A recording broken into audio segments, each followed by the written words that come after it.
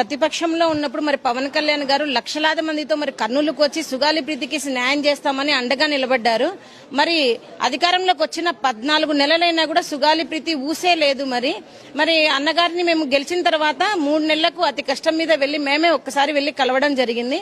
అన్నగారు మాట ఇచ్చారు న్యాయం చేస్తానని. కానీ ఇంతవరకు కూడా సుగాలి ప్రీతి కేసుకి పవన్ కళ్యాణ్ గారు ఎటువంటి న్యాయం అనేది చేయలేదు.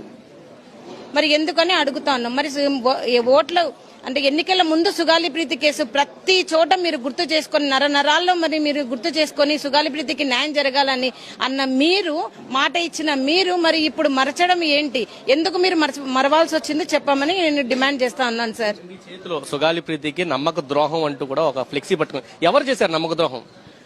సార్ మరి మాట ఇచ్చి మరిచిన పవన్ కళ్యాణ్ గారే కదా సార్ మరి నాకు నమ్మక ద్రోహం చేసింది. మరి సుగాలి ప్రీతి కేసు ఇంతవరకు సార్ ఇంకొక గిరిజన పిల్ల మరి చిన్న పిల్లను 10 మంది అత్యాచారం చేసి హత్య చేస్తే ఎవరికి మీకు బాధ లేదా అని చెప్పిన మరి పవన్ కళ్యాణ్ గారు మరి గెలిచిన తర్వాత ఎందుకు సార్ సుగాలి ప్రీతి కేసు అసలు మీకు పట్టడం లేదో చెప్పండి.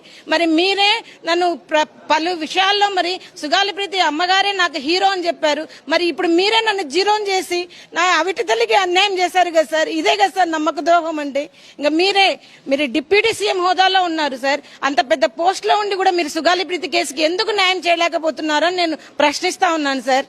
ఇప్పటికైనా నిజంగా పవన్ కళ్యాణ్ గారికి చిత్తశుద్ధి ఉండి మాట ఇచ్చి నేను మరవను అని చెప్పుకునే నాయకుడు అయితే ఖచ్చితంగా మరి ఈ రోజు సేనాతో సేనాని అనే కార్యక్రమంలో సుగాలి ప్రీతి గురించి చెప్పాలి సార్. ఎందుకంటే మీరు ఎన్నికల ముందు పదే పదే నిద్రపోకుండా మరి సుగాలి ప్రీతికి న్యాయం జరగాలన్నారు. అంటే మీరు ఇప్పుడు మౌనంగా ఉన్నారంటే సుగాలి ప్రీతికి న్యాయం జరిగినట్లా? మరి జరిగింటే చెప్పండి ఏ విధంగా మీరు సుగాలి ప్రీతి కేసుకి న్యాయం చేశారో చెప్పండి. మరి వైజాగ్ లో జరగబోతున్న కార్యక్రమంలో కూడా మీరు మాట్లాడండి. మీరు మాట్లాడి ఏ విధంగా ఈ 14 నెలలు 2019 నుంచి కూడా మీరు మరి మాకు అండగా ఉండి మరి మాకు న్యాయం చేస్తామని మరి అధికారంలోకి వచ్చిన తర్వాత సుగాలి ప్రీతి కేసు విషయంలో ఎలాంటి న్యాయాలు చేశారో మీరు మరి సభాముఖంగా కూడా మీరు కార్యక్రమంలో చర్చించాలి. ఒక సుగాలి ప్రీతి కేసుకి ఎందుకు సార్ మీరు చేయలేకపోతున్నారు? మీ ఇంట్లో ఆడవాళ్ళని తిట్టిన వారి మీద మీరు మరి 3rd డిగ్రీ ప్రయోగించి మరి వారికి శిక్షిస్తున్నారే. మరి సుగాలి ప్రీతి కేసు గుర్తుకు రాలేదా సార్? సుగాలి ప్రీతి చనిపోయింది అనుకుంటున్నారా లేకపోతే బ్రతికుంది అనుకుంటున్నారా? చెప్పండి సార్. సుగాలి ప్రీతి హంతకులకు శిక్షిస్తారని చెప్పిన మీరే అధికారంలోకి వచ్చిన తర్వాత ఎందుకు మాట మార్చారు? మరి మీరు ఖచ్చితంగా సుగాలి ప్రీతి కేసుకి ఖచ్చితంగా రాబోయే రోజుల్లో న్యాయం చేయాలి.